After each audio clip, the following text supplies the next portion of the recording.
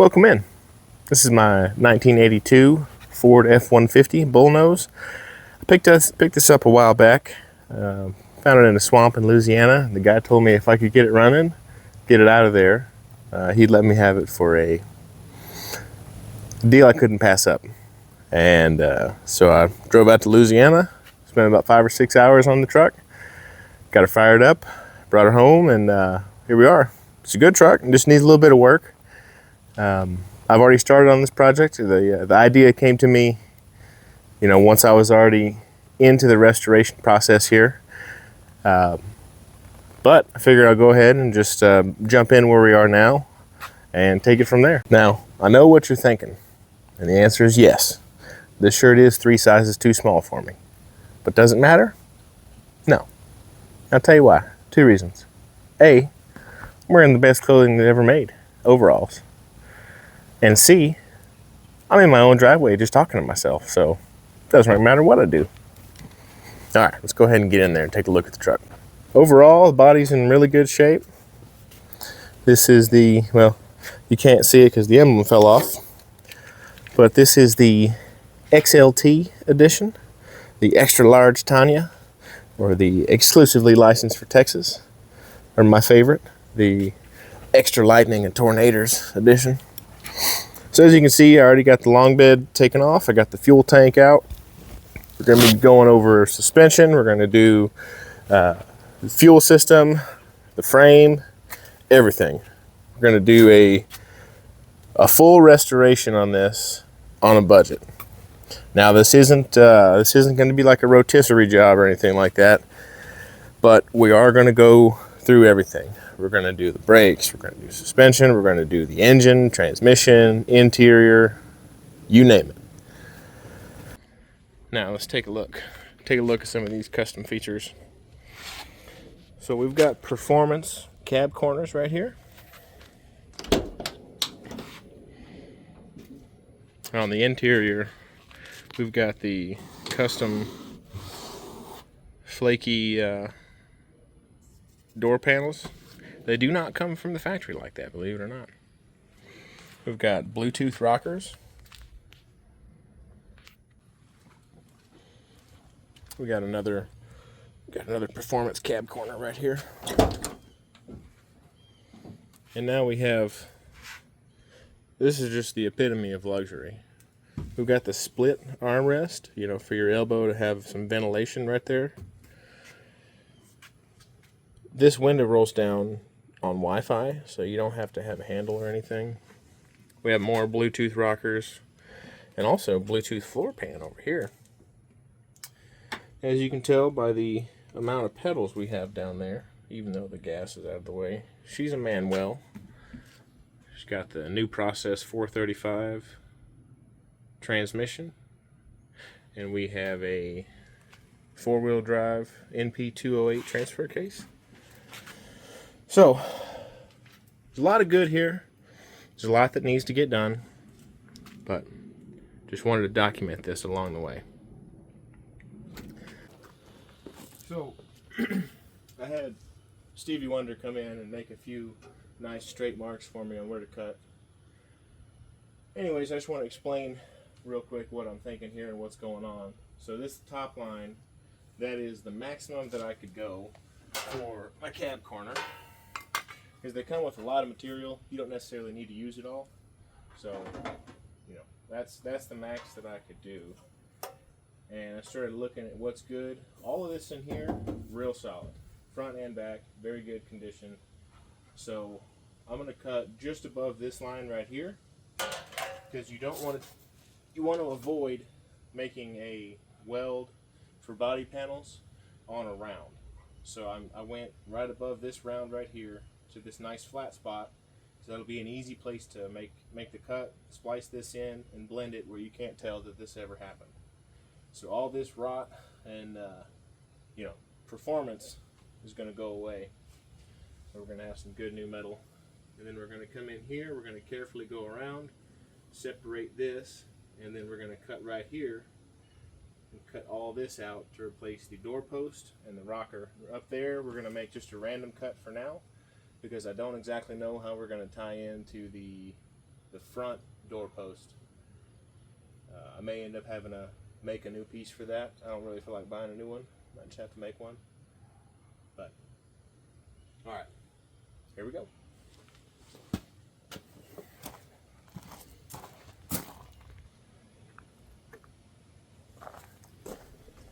Hopefully y'all will be able to see that from that angle. So, a couple things. Safety glasses, face shield, and if you're wearing a welding hat, which I cannot recommend highly enough, make sure you use it properly and use the brim, the William of the hat to cover your ear to make sure you don't get sparks down your ear hole. Because let me tell you, that's not a fun day. And as always, when doing fabrication work, you want to follow the golden rule. Measure never, cut 17 times. John here. There's never a reason you need to take your guard off on a grinder. I know car shows do it all the time, but I've been fabricating for 15 years and never once have I needed to take a guard off. Thanks. For this next part, I'm just going to be coming in and squaring up this cut I made, getting all of this prepped, ready to weld.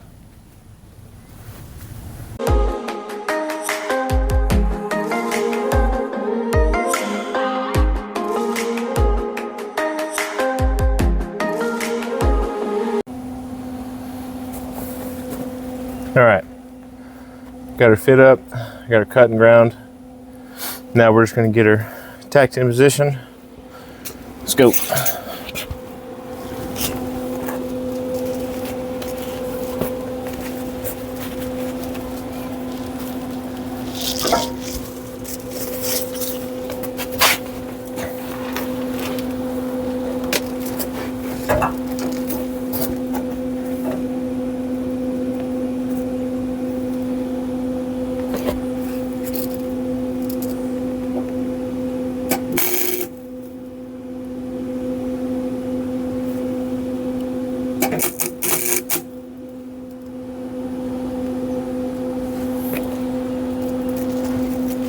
The secret ingredient for body work, you can't put any heat. It's so thin. You have to do spot, move, let it cool. Spot, let it cool. Spot, let it cool. Or else you're gonna get warping, you're gonna have oil cans, you're gonna have just a nightmare. So very slow, very deliberate, and kind of shape it as you go. And get tangled up in all these 4 million cords.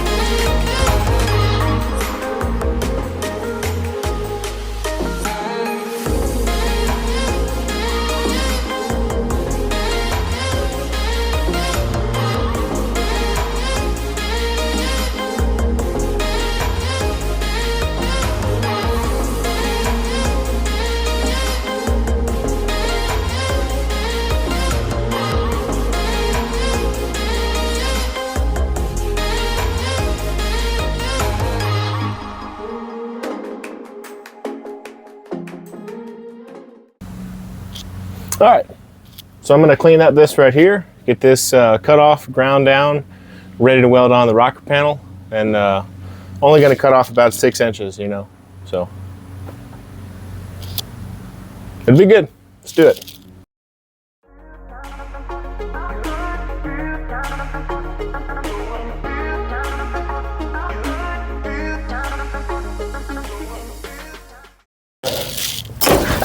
Mother.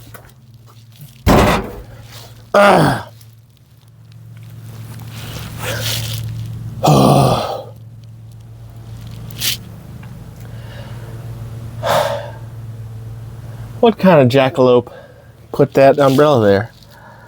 Ouch.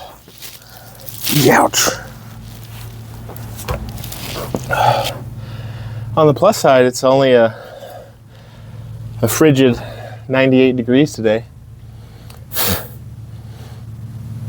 So that's fun.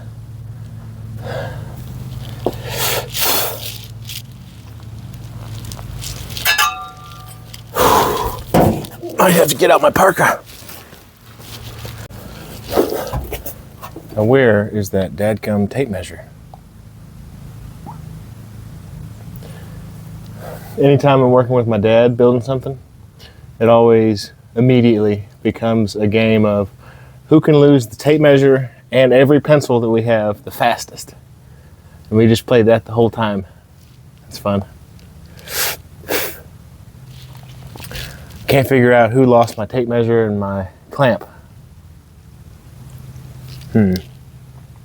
Well, I guess it is just me and you out here. And I guess that means it's just me. Oh, and my dad and I are both really good at that game, but there are no winners. You're just constantly chasing your tail trying to find the tape measure and trying to find all the pencils. So, makes it interesting though. You got to keep on your toes because you never know where your tools are going to walk off to. All right.